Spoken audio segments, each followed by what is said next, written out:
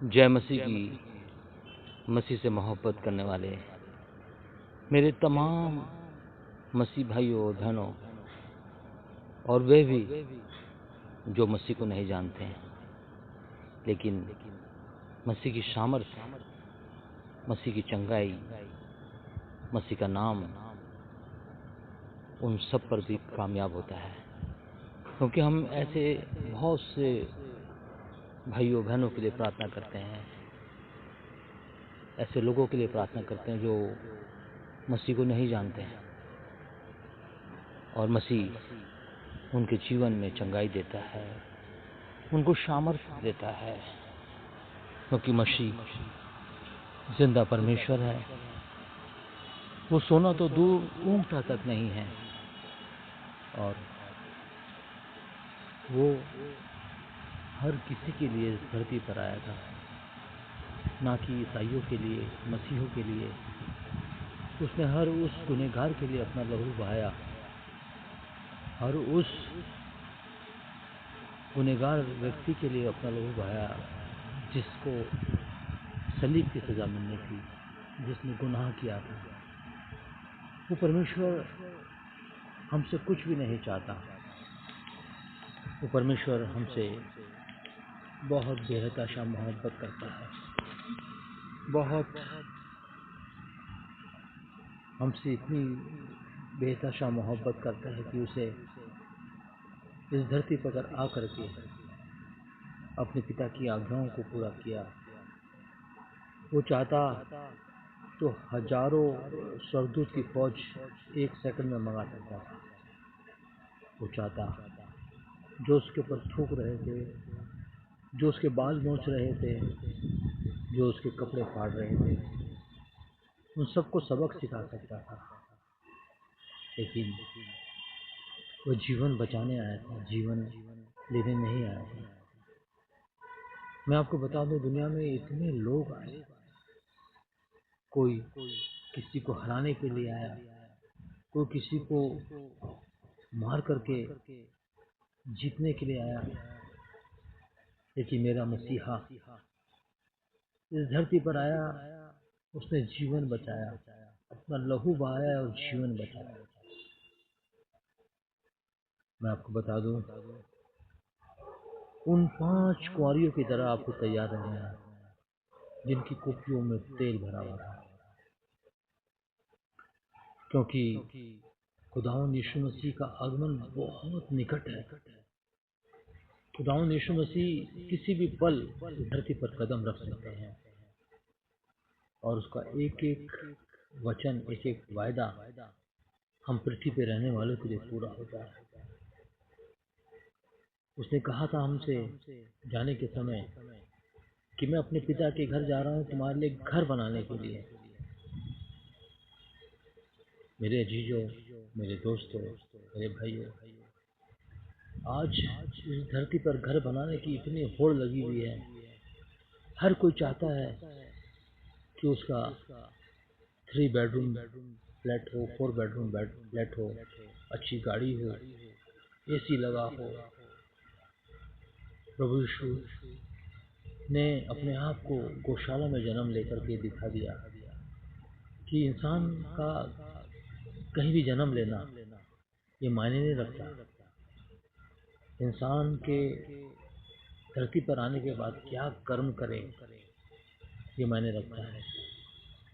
हम भले ही कितने भी अच्छे काम कर लें, कितना भी उसके लिए कर लें, लेकिन वचन बताता है हमको हमारे तमाम अच्छे काम मैले फटे पुराने चिथड़े कपड़ों के समान है। प्रभु को हमसे ना कोई लालच है। प्रभु के नाम से दुनिया के लोग पता नहीं क्या क्या डिमांड करते हैं, क्या क्या लोगों से कहते हैं कि तुम 10वां अंश दो, तुम ये दो, तुम वो दो। मेरा इन बातों पर बिल्कुल भी विश्वास नहीं है। मेरा मानना है कि सड़कों पे जो घूम रहे हैं भूखे प्यासे, ये भी परमेश्वर की बनाई हुई रचना है। अगर आप किसी भूखे को खाना खिला दोगे किसी प्यासे को पानी पिला दोगे, किसी गरीब की मदद कर दोगे। बार बार मैंने इस बात का जिक्र किया है, परमेश्वर कहता है कि मैं तुम्हारा कर्जदार हो जाता हूँ। परमेश्वर कहता है कि मैं तुम्हारा कर्जदार हो जाता हूँ। और इस जमीन और आसमान का मालिक ऐसी बातें करता है। मेरे जीजो, बहुत गर्मी पड़ रही है, इंसान तक बर्दाश्त नहीं कर पा रहे। प्रभु ने कहा कि जो गरीब की मदद करता है मैं उसका कर्जदार हो जाता हूँ। आपको पुण्य कमाने के लिए गंगा स्नान करने की जरूरत नहीं है। आपको अपने पापों को धोने के लिए कोई नहान पे जाने की जरूरत नहीं है। लोग नहाने जाते हैं कि आज ग्रहण है, हमारे पाप धुल जाएंगे। कोई पहाड़ों पे चढ़ने की जरूरत नहीं है, कोई चादर चढ़ाने की जरूरत नहीं है, कहीं अगरबत्ती जलाने की जरूरत नहीं है, कहीं नारियल फोड़ने की जरूरत नहीं है। आप आजमा के देखो। जिस दिन से आपने भूखे प्यासे जानवरों को, भूखे इंसानों को खाना खिलाना शुरू कर दिया, आपकी पॉकेट की स्थिति बदल जाएगी। आपके घर का सारा माहौल चेंज हो जाएगा। जहाँ आप काम करते हैं वहाँ पे आपकी इज्जत बढ़ जाएगी, वहाँ पे आपकी शोहरत बढ़ जाएगी। यानी कि आपके जीवन के तमाम काम सफल हो जाएंगे।